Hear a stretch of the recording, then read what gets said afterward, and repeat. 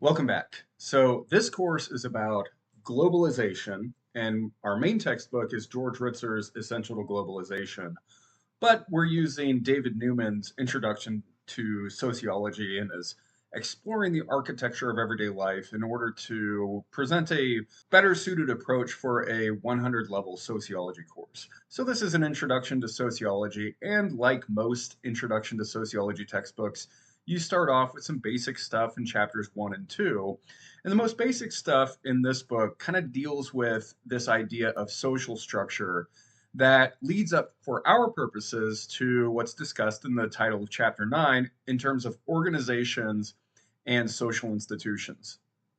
What I want to explore at this point is the social institution of mass media and the organizations that primarily will be utilized in mass media studies will be multinational corporations. I want to highlight something though in terms of mass media. The multinational corporation that is involved in the production of this particular form of mass media is Sage, and George Ritzer's book is Wiley Blackwell. So, textbooks, magazines, regular novels, billboards, television, the internet, movie theaters all comprise different domains of mass media, and there are several different organizations that are involved in that institution. Just like in most institutions, there are many different organizations that are involved. This diagram right here highlights the relationship between institutions and organizations. And remember that there's always a broad dominant culture enveloping or providing the dominant context for institutions and organizations, while organizations can have their own cultural dynamics internal to those structures. To complicate the matter even further, we have different perspectives or theoretical frameworks through which we perceive or we understand or interpret or formulate opinions, or more scientifically, from which we start to derive our research questions and our hypotheses that we eventually use to formulate our scientific theories. For more on that, see the beginning of the video that I made in the first lecture on this series of exploring theories of cultural globalization. So on our way to exploring theories of cultural globalization, let's first make sure that we have a good understanding of our sociological definitions of globalization, as well as what perspectives those definitions come from.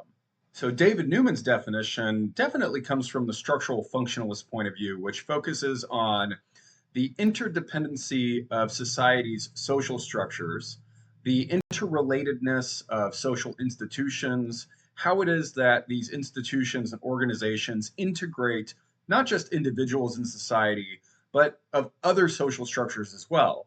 As Newman says here, we can see chapter 9 for more discussion on social structure in a global context, particularly as stated in the title, the structure of society, organizations, social institutions, and globalization. So, globalization is a dynamic social process. In fact, all social processes are dynamic, but they can also be kind of a structure in social life. Social structure is a social static. It's basically like the framework of society. So, the title of Newman's book is exploring the architecture of everyday life. So, think about everyday life in society like a house. And all buildings, houses have a foundation, doors, windows, a roof, maybe some other structures like walls and particular rooms like a kitchen, a dining room, a living room, bedrooms, hallways, a porch, and so on and so forth. Not all buildings are the same, but there's a basic architecture. Got to have basically a floor, walls, and a roof. Maybe you want to have doors if you want to get in or out, but maybe it's a secure building, so you don't want to have doors. It really depends upon the situation. So when we're thinking about society and its structure, we're really thinking about just the bare bones elements. Now, from the structural functionalist perspective, we can think about society like a living organism. So think about society like it's comprised of a skeleton, muscles. Those muscles are connected to capillaries and veins and arteries, which are connected to the heart, but also connected to the lungs, and the lungs are connected to the esophagus and the nasal passageway. And that oxygen that gets sucked in when your muscles contract against your diaphragm and your rib cage gets sent out through the circulatory system in which the heart is pumping so that the muscular system and the skeletal system and the nervous system can all work together. And don't forget that you need an endocrine system and a digestive system and an excretory system. So these systems are like social institutions, and the organs are like organization. And if we think about the definition of globalization in terms of the processes through which people's lives all around the world become increasingly interconnected, economically, politically, environmentally, and culturally, we have two social institutions, politics and economics, and another social structure, culture, that Newman is saying are becoming more integrated, interconnected, interrelated, interdependent. And as you can see right here on the next page, Newman says just that. Clearly, societies are more interdependent than ever, and that interdependence matters for individuals around the world. Sometimes the effects are positive, sometimes they're negative, and the structural functionalist point of view takes that into account in terms of social functions and social dysfunctions. So we have basically the consensus and cooperation and harmony that guides most of our everyday life, but there's also a lot of social problems out there that arise because there are changes in certain parts of the system due to technological advances, social policies through government, entrepreneurial actions, corporate takeovers and conglomerations, and things like that. Now, the other point of view, the conflict point of view, disagrees. It says, no, what's really going on is that there are groups of people in the world who manipulate these institutions and organizations for their benefit. That society is not based upon stability and consensus and acceptance. It's really based upon a series of social systems that are designed to exploit, oppress, manipulate for the benefit of the few at the expense of the many. Now, as I've discussed before, that's the point of view that Ritzer takes. And I know this because he cites and uses Karl Marx's work again and again and again throughout his book. Moreover, in George Ritzer's book, he defines globalization in a peculiar way. So this is kind of a long, convoluted definition that involves a false word that's transplanetary. That means interplanetary or across the planets, which globalization takes place on Earth until we go and colonize Mars. But the idea here, though, is captured in liquidity and flows. So what Ritzer is doing is he's using a metaphor that comes from the works of Karl Marx. And he states this on page 5, as I discussed in a previous lecture. Karl Marx opened the door to these types of uses of metaphors when he said, everything solid melts into air. But another clue and dead giveaway that Ritzer is not using a structural functionalist point of view is when he says, in contrast to many other definitions of globalization, this one does not assume that greater integration is an inevitable component of globalization. And again, interdependence, interrelatedness, interconnections, integration, these are all structural functionalist terms that basically says society is like a living organism where all the different component parts or structures are working together to maintain the homeostasis or the balance of the entire organism or of society. Now, I will point out here on page 2 that Ritzer is also distinguishing globalization from transnationalism or transnationality. Think about it. Why would he distinguish between these two different things if they were the same thing? So the idea of transnationality is geopolitical borders. Like if you think of societies in terms of countries or nation states, you're basically confusing one type of social organization with the current predominant type of social organization. Currently, the way that societies are organized is under governments that protect and control boundaries that we call borders. And there are flags and national anthems and different types of like uniforms and political processes within nation states. But this isn't the way societies have always been organized, and there's nothing that is assuring us that it's the way that societies will always be organized. One reason this is important to bring to the forefront of what we're thinking about is this idea of deterritorialization. As globalization proceeds, there's nothing really telling us that the nation state is going to continue to be the predominant way of organizing societies around the world. And in fact, there's a lot of clues that suggest that possibly due to cultural convergence, a growing world culture or global society is forming. And for Ritzer, who takes the Marxist perspective, this kind of indicates that there's a possibility for a global socialist revolution.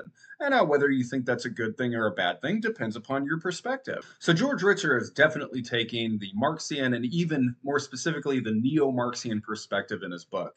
It can be a little confusing simply because these are highfalutin theories that are developed by kind of PhD level intellectuals who are talking really to other PhD level intellectuals. And the function of these textbooks is to boil this information down to convey it to students. But possibly this is also operating in a situation in which these forms of mass media can be used typically in ways that mass media are always used, and that's as propaganda. So, when Ritzer here uses the term transnational capitalism and he's talking about it in terms of neoliberal globalization, it's quite understandable why one might come away being a little bit confused, especially considering in a follow up section he focuses so much on multinational corporations. Now, Ritzer and Newman both have a lot to say about multinational corporations. And Ritzer, though, is a little bit more difficult to understand because he's also talking about transnational corporations. But remember that in chapter one, he distinguished between globalization and transnationalism. But then in chapter two, talks about transnational capitalism. And then in chapter three, is talking about transnational corporations in comparison to multinational corporations. It really can be a little mind blowing and confusing at times. I think it's because Ritzer is a poor writer and he's not communicating effectively, but he's the one with the textbook contract and I'm not. As an example, check this out. There is no question that multinational corporations are increasingly important on the global scene, without a doubt. Adapting Dickens' definition of transnational corporations, a multinational corporation is a firm that has power to coordinate and control operations in more than two countries, even if it does not own them. Well, think about what Ritzer was just saying when he was talking about how multinational corporations operate in just at least one more country than transnational corporations. So he's saying transnational corporations operate in two countries, multinational corporations operate in more. I don't know what the difference is. I don't think there's much of a distinction, but the point is then he goes on to say, so they operate in a number of political, economic, cultural, and social environments. This gets back to some of the complexity of what it is that we study in sociology because you have to take into account so many different factors and really try to avoid a simplistic analysis that has a univariate variable to it. So if you just think economics is the most important thing, you might be criticized for the same thing that Marx was, which was economic determinism. But back to the point here that what we're trying to do at the 100 level really is introduce students to this idea that there is something called social structure, that there's a lot of different components to it, like statuses and roles and groups and organizations, institutions and culture. But that when we start talking about globalization or the process of different societies becoming increasingly interconnected, if you take the structural functionalist point of view, or at least having different flows between them, now you have to think about multiple societies with all their different cultures and histories, governmental structures, economic systems, cultural norms and values. And it becomes very complicated because you have to develop very specific knowledge and understanding of taking different perspectives or using different theories to understand these things. So let's try to follow along a little bit here with kind of the way the textbooks are laid out. So again, we want to understand globalization. We're trying to understand it from the sociological perspective. Here, David Newman says, see chapter 9 for more detail. So let's follow that where it leads. So we go to chapter 9. Right from the start, we see that organizations and institutions are going to be important for understanding globalization. In the section on social structure and everyday life, the first social structure named is organizations. Then we have various other parts of social structure like institutionalized norms and cultural beliefs that Newman uses to help us better understand the role of education in our everyday lives.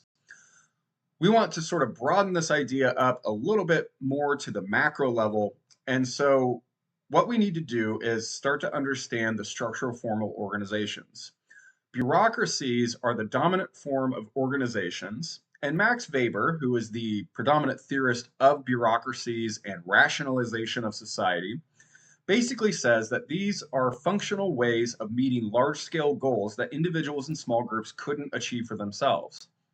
So, in order to achieve large scale goals, you need a hierarchy of authority. You need formal rules, and what that does is leads to situations of impersonality because you might break a rule and have a friend at work and they might let you get away with it, but another person might not. And this can go on in more complexity as we move through different social institutions. Because remember, social institutions like religion have bureaucracies like the church, education has bureaucracies like the school, and government, well, you can consider government to be a bureaucracy. I think the term state is more applicable. The state is Max Weber's particular word that he uses to describe what you might call the government. The nation state is the combination of society with government, and these are all important issues to discuss. But right now, we're trying to just kind of focus our attention on what it is that your author is discussing. Primarily, this is the idea that organizations and institutions are social structures. They are something that we can study in and of themselves. You can make a whole career out of studying organizations. You can make a whole career out of studying just one or two social institutions. For this level of a course, what we want to do is start developing our understanding of different ways of looking at the world. Those are the sociological perspectives like structural functionalism and the conflict perspective, and then work our way towards developing more specific theories like Marxian, neo Marxian theories, neoliberalism, Americanization, cultural convergence, and theories that we have discussed previously and that we will continue to explore. Think about this right now, though. This section is on organizational networks within institutions. Think about this metaphor. Actually, it's a simile, but he says, like individual people, organizations are born, grow, become overweight, slim down, migrate, form relationships with others, break up, and die. So if Newman is using a metaphor or a simile or an analogy that likens a social structure to a person, what sociological perspective is that reminiscent of? That's right, it's the structural functionalist point of view, which says that society is like a living organism and that it has different interrelated parts, and those work together to maintain the homeostasis of the whole. So here he's even using a structural functionalist perspective to help you better understand organizations. And what he's doing, though, is he's actually leading up to this idea of relationships, that organizations don't hardly ever exist in a vacuum. It would be tough for you to think of a particular organization that is completely and totally independent, that doesn't work with any other organizations or in any other institutional contexts. And this kind of gives some validity to that perspective that says, you know what? All the different components of society are interrelated, they are interdependent, they are integrated, they work functionally together. And maybe there's some problems, but if we just kind of tweak the institutions and organizations, we can get it right. We can start to kind of perfect society. Now, the Marxians believe that they can perfect society, but they don't want to just do incremental changes at the organizational or institutional level.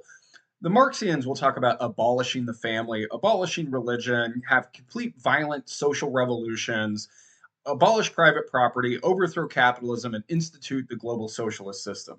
And remember, when discussing deterritorialization, that's exactly what Ritzer is talking about, that as globalization proceeds, it provides the opportunity for what Marx predicted, a global communist society, to eventually come about. And this is something when introducing you to the neo-Marxian theories in terms of transnational capitalism, the kind of guiding economic system of market competition and private ownership and pursuit of profits. Ritzer is stating that the other is the socialist system, so the other competing system has not yet come about, but it's foreshadowed by some global social movements. And he is essentially promoting those. So there's some credence that we could give to the structural functionalist perspective. Remember, though, in my previous lecture that I was indicating that this really isn't a perspective that's used by many or most or any sociologists anymore. I would challenge you to try to find any theory derived in the last 2 decades from the structural functionalist perspective. You might find neo-functionalism or something akin, but really this is kind of introductory sociology textbook stuff. If we think back to Jeff Monza's article on producing textbook sociology and take a look at one of his findings, it's that many contemporary sociologists adopted a Marxian point of view over that of Max Weber's view, and they started injecting it into the educational system in order to teach their own students the Marxian perspective. Like, why would any kind of college textbook be outside the domain of propaganda? I mean, in its most basic sense, textbooks are propaganda. They are propagating information. However, when we get into analyzing the social world, we aren't doing what physicists and chemists and biologists are doing in terms of like the natural sciences, because we're dealing with other human beings and social systems, and we ourselves have our own perspectives, worldviews, our own paradigms within which we think. And so I really want to challenge you to think about why it is that, first of all, Karl Marx is the most popular conflict theorist, why it is that Max Weber might not be as popular, and what that has to do with Marx's focus on economic arrangements in social life. Because remember, kudos to David Newman for shedding light on Max Weber's model of social stratification, but even in that case, he's giving more thought and time to Marx and the versions of Marxian and neo-Marxian models. However, there's something funny going on. Newman says what the conflict perspective gives us that the structural functionalist perspective doesn't is an acknowledgement of the interconnected roles that economic and political institutions play in creating and maintaining a stratified society. The only difference there is that, like, the functionalists would say, well, yeah, there's a stratified society, but that's because there are different rewards that go to allocate to different people who have striven to do different things, and those sectors of society that require more education have more payoffs, and those are in demand more and probably functionally necessary. Whereas the conflict theorists are saying, well, no, there are groups and organizations that control politics and economics that design those systems for their own benefit. So they're designing systems of exploitation, oppression, marginalization, oftentimes using violence. But when they don't use violence, they use false consciousness or hegemony and ideology through propaganda to control the population. So there again, how can you be sure that you're not being propagandized with this information? If we go to the section on globalization and social institutions in chapter 9 of Newman, we can see that he spends quite a bit of time on economics. He talks about the multinational corporation as well as some other global financial organizations like the World Trade Organization, International Monetary Fund, and the World Bank. And then he says, see chapter 10 for more detail. Now, I want you to read all of this. And that's because I want you to consider that what you're being exposed to is a certain type of information, and it's coming from a certain perspective. So, for example, at the end of chapter 10, Newman will get back into this idea of multinational corporations and discuss it from a couple different points of view.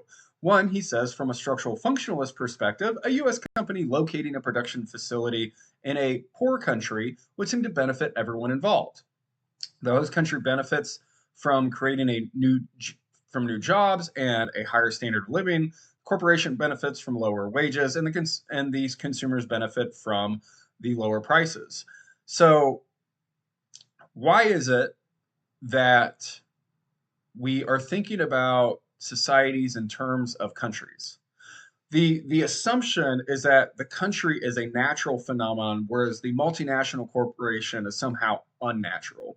It is true that nation states were developed in the 1600s or starting to be developed in the 1600s, and that multinational corporations really started to rise about a century or a century and a half after that. So, yeah, multinational corporations are a newer social construction than our nation states, but the context from which we can read this from is assuming the precedent that countries have over corporations. So notice the way that Newman is setting this argument up. It's always the case that the authors of these books say, first of all, the structural functionalist point of view says that there are interrelations and interconnections and that there are benefits and that this is good. No matter what you're talking about, no matter what institution or what organization you're talking about, that's generally the structural functionalist point of view as it's presented in these textbooks. And then what the authors do is they say, but from the conflict perspective, we have to take into account that there's inequality that's created by these situations. So, one common criticism of multinationals is that they exploit local workers and communities. Employees in foreign plants or factories often work under conditions and for wages that wouldn't be tolerated in wealthier countries. Well, okay, so if you look at the average earnings or average wages of people in developing countries, oftentimes multinational corporations can offer higher wages. So if your choice is between earning the average wage in your society or a higher wage, and you have the choice to make, how can we say that this is exploitation? Well, the way that we can say that this is exploitation is looking at the world globally. Because now what we're doing is we're comparing wealthier, more developed, industrialized nations to more impoverished, developing nations. But ask yourself, is that really a fair comparison? Are the histories and trajectories the same thing? That being said, though, of course not. There are histories of imperialism and colonialism and enslavement and exploitation at that global national level. So once again, you can revert to the conflict perspective and you can carry your argument forward. And certainly that's what these authors are doing in their books. But consider a statement like this, and this is just for your consideration. Local economies can suffer too. So if there's multinational corporations operating in different societies or countries throughout the world, then what this perspective, this conflict Marxian perspective, is going to say is, well, there's always going to be exploiters and exploited. There's always the oppressors and the oppressed. Therefore, we have to think about local economies as being a disadvantage when multinational corporations exploit the workers for lower wages in those situations. But there's other disadvantages too. For instance, supermarket chains owned by large multinational corporations have revolutionized food distribution worldwide. And the reason for that is because they have found a distribution and production system that lowers the price and expands the availability of these goods all around the world. They are popular with consumers all over the world because of their lower prices and greater variety and convenience. Imagine that a multinational corporation sets up a grocery store in your society, and in that grocery store, you can walk out with average savings of 25 to 75%, which means that you save 25 to 75% as compared to your local grocery store. And moreover, you have a greater availability of choices, and it's more convenient. There are reasons, for example, why Bahamians will spend a couple $100s and go shop at Walmart in Florida as compared to just going to one of the local grocery stores in Nassau or New Providence. Now, for Ritzer, starting on page 20 in his book, he's beginning a discussion of multinational corporations, again, from the Marxian perspective. And we can see this right in his own writing when he says, well, this is following Marx and Engels' dictum that global capitalism was going to die unless it chased profits all around the world. Again, I don't think in this section that there's enough evidence given to support that statement.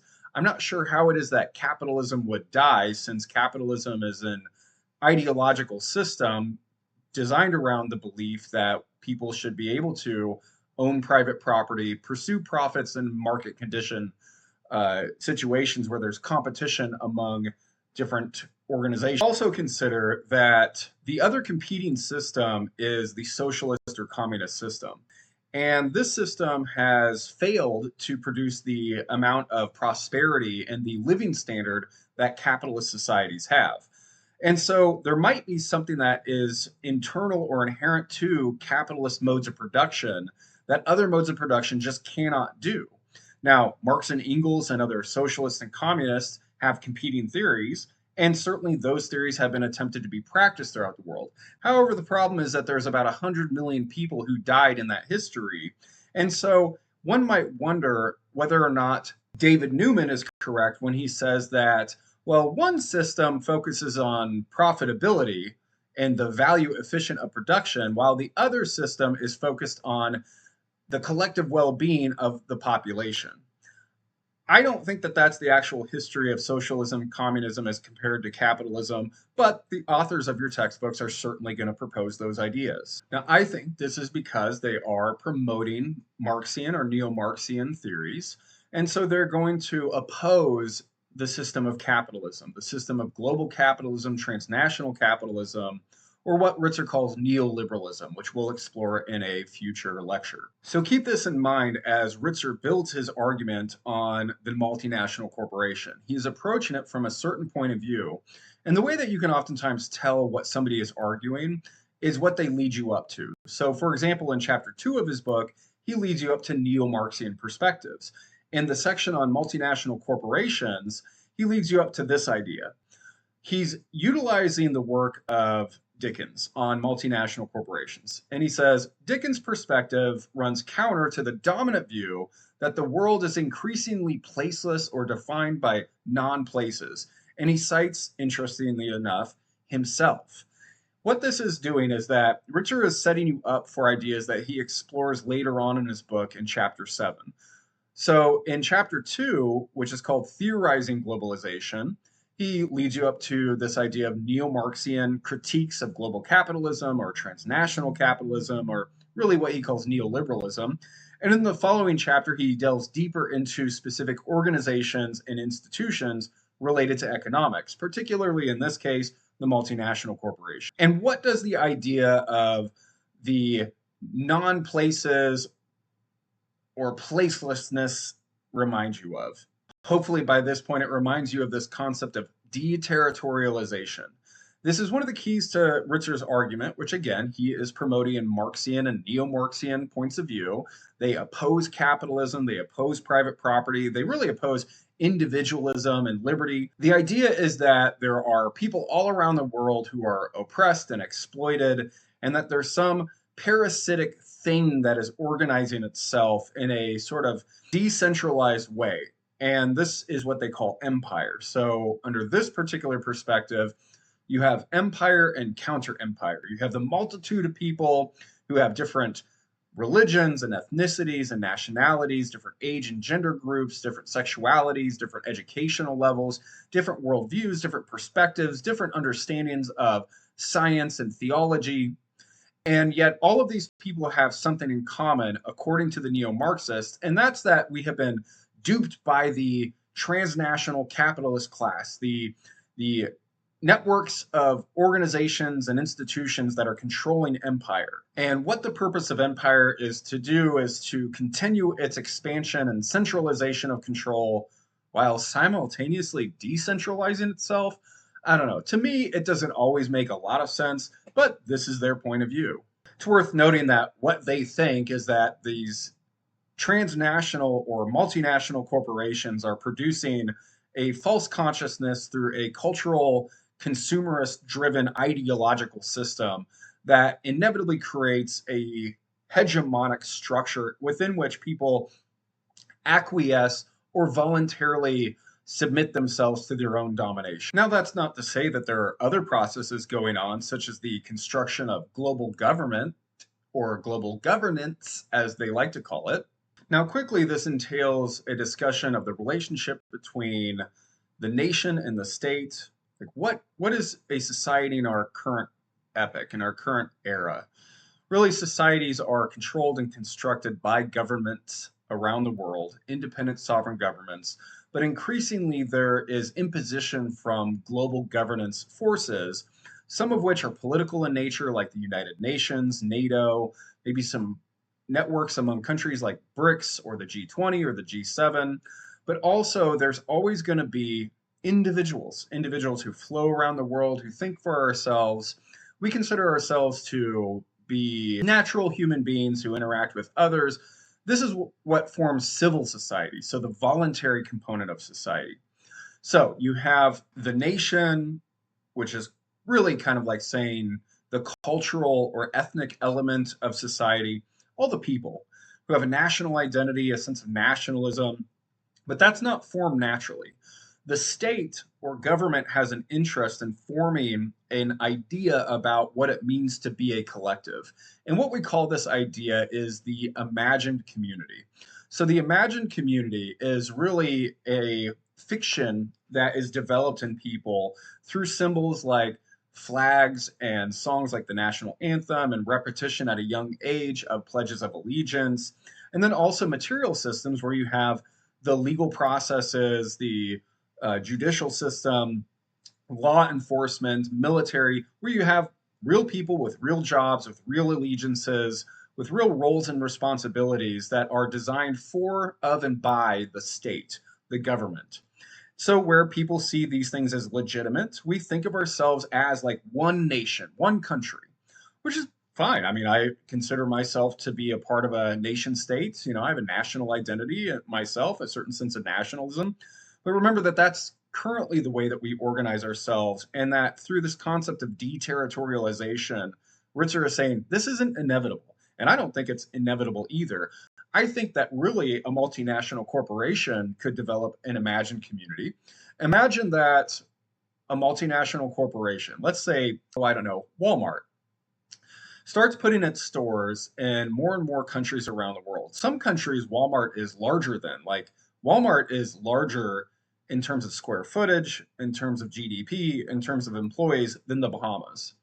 So imagine that Walmart starts setting up its locations all around the world and that it starts providing services like daycare and elementary school and healthcare and automotive services and groceries and clothing and sporting goods and electronic entertainment, banks and hairstylists and restaurants. I mean, Walmart could be a monopoly empire around the world and then form an imagined community in which we have very real reason to believe that Walmart is such an important part of our lives that we couldn't live without it. Now, of course, there's going to be competitors in a market system. Amazon doesn't want to see that happen. Best Buy doesn't want to see that happen. Uh, Plenty of other stores and outlets and private companies and individuals wouldn't want to see that happen. But the nation state is different. See, the state currently, the government controls violence or legitimate uses of violence and force. So it can enforce its will, whereas corporations have to have voluntary compliance. But this idea of imagined community sort of has the same idea that what you don't want to do if you're a state is use violence, coercion, and force. You want the population to control itself. So the way this happens in terms of the state or a country is through education largely. But as Ritzer sees it, it's through this idea of print capitalism.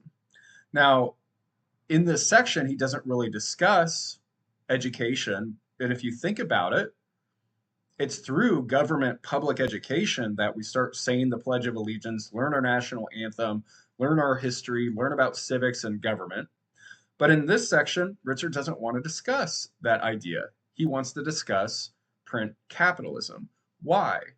Well, the reason why is because he's using a Marxian and neo-Marxian perspective, which focuses on economics. So he's not going to use a Weberian perspective, which has much more of a tendency to focus on the state and government control. Incidentally, in chapter 2, Newman defines globalization in terms of economics and politics and says, see chapter 9.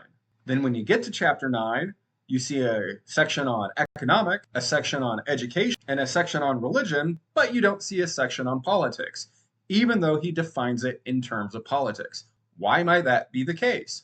Well, it could be that even though Newman is defining globalization in terms of politics and economics correctly, he doesn't really want to discuss politics at much length. However, he does spend 2 different chapters discussing multinational corporations. This reflects the well-known bias among contemporary sociologists that they take the conflict point of view, the Marxian point of view more specifically, and even the neo-Marxian point of view more specifically than that when they're discussing the organization of the world around them. Jeff Monza and his crew noted this in 2010 in their publication. There's nothing that's different that's going on in our books today than was going on over a decade ago. So, if you did make your way into the section in Ritzer's book where he discusses this idea of an imagined community, like what do people who live in completely different sides of their own country, who are educated in different communities, who don't know each other, are different ages, different genders, different races, have to do with each other? We think of ourselves as like one nation. But how and why is that? Largely, it's actually through public education. However, because he's taking a Marxian point of view, Ritzer is going to discuss something that's related to economics, which in this case he calls print capitalism. So he's going to discuss a Marxian conception of the formation of an imagined community called a nation in terms of this mechanism through media in an economic system called capitalism. So when Ritzer goes on to discuss the institution of media, he's first and foremost doing it through a neo-Marxian concept. And how do we know that? Well, look at the word imperial. Imperialism is the first theory that he discusses in chapter 2 on theorizing globalization. And in that section, he discusses Hart and Negri's theory of empire, which is discussed later in chapter 2. In fact, it's the last theory discussed, and the last concept he discusses is deterritorialization, in which he's saying that this opens the door to the global socialist revolution. And remember, if it's deterritorialization, this means that it's a threat to the nation state, that there's something going on that is going to disband this current organization of social life that we call countries or the nation state. This idea is picked back up on in chapter 7 in a section on cultural imperialism, which itself is a broader umbrella of media imperialism. So you have cultural imperialism and media imperialism, which are all Marxian and neo-Marxian concepts, however you want to approach it. This is yet another good indicator that Marx is the guiding theoretical lens through which Ritzer is trying to educate you on how the world works. Whether you accept that education or not is completely up to you. However, I do think it's useful to consider whether or not something like a world culture is developing.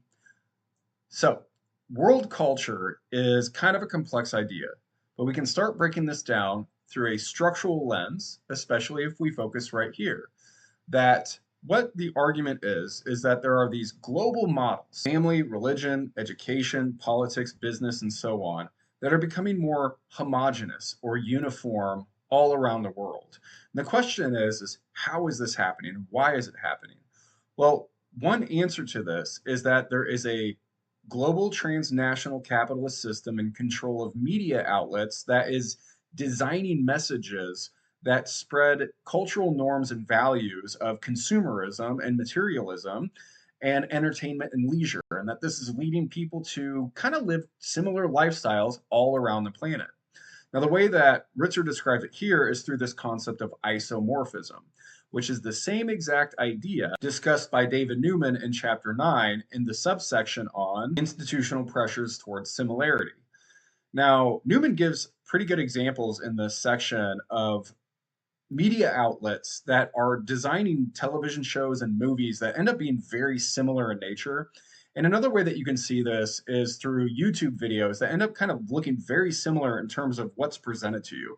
Like, did you ever sit back and ask yourself why it is that so many different social media outlets are leading to reels in which you have 15 to 60-second videos that are in the portrait mode and you scroll through them one after the other?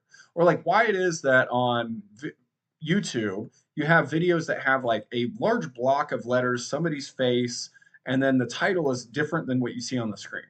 This is because of the concept of isomorphism or institutional pressures towards similarity. Now, I cover this in videos in the first section of the playlist that I have for this course, which is all really about this idea of globalization, sociological perspectives, mass media, ideology, hegemony, the culture industry, neo-Marxism, and things that I've been discussing in these past couple of lectures. So I really want to encourage you to explore these videos, especially videos 43, 44, 45, and 46. So these particular videos get at this idea that there's a similarity across these various mass media outlets. In fact, it's not just a similarity, it's a direct uniformity because there's a small amount of corporations and individuals that own our media outlets, and they use them to formulate messages or the narrative that seems to benefit their own interest groups as compared to others. So, for example, here's a video on George Soros in which he was cooperating, or the federal government was cooperating with him so that he could buy 200 news outlets. Now, who is George Soros? Well, I'm glad you asked. I actually cover that question in videos 589 through 591. And I suggest that you watch some other videos because not everybody is in agreement with this person's intentions and what he's doing and why. And certainly there are people of his caliber or his class that don't agree with him as well. Here's another problem with the Marxian perspective is that it lumps all people in a certain sector in society into one group. But clearly there is a competition or disagreement between Elon Musk and George Soros, as well as Elon Musk and Bill Gates. And Elon Musk has just aligned himself with Donald Trump, another billionaire and person who has once been and might be again a president of the United States of America. And so, again, the Marxian analysis that divides the world into haves and have-nots, capitalists and workers, that's an old theory that really doesn't allow us to understand what's going on in the world today. Now, maybe the neo-Marxian theories do that propose that a world culture and global governance system is developing that is deterritorializing the world and ceding away national. And that's an issue that's been discussed by many global leaders, such as videos 420 through 425, where there's a debate about the relevance of nationalism versus globalism. So some people might want to push globalism because they see the world as inherently or inevitably unequal so long as neoliberalism, global or transnational capitalism is predominant. So they want a global socialist revolution. They want there to be some type of guiding system that has more control around the world, whereas other people want national sovereignty to become predominant and to remain. So some people like George Soros have been criticized as being a part of the globalist end of the spectrum in that regard. And he's the type of person who's saying that, the United States is coming to an end of its global supremacy and that there's going to be a rise of other nation states as competitors, but also the global system that will cede sovereignty away. And people like him think that it should. Now, in terms of the relative power of nation states, you have global superpowers like the United States and China that are in competition with each other. And you have relatively powerless nations like Caribbean countries and countries throughout Latin America that are relatively powerless in terms of the balance of power. So I would like to show you these videos, but frankly, the copyright laws are a little funny in terms of what YouTube has been allowing me to show and not show. But I can point out again that I do have videos throughout this playlist that might interest you in terms of what you want to write about and think about in this class. So, for example, if you are concerned about global organizations that are moving towards a more global, less nationalistic system, you might check out the videos that are related to the World Economic Forum and its attempts to engage in a great reset.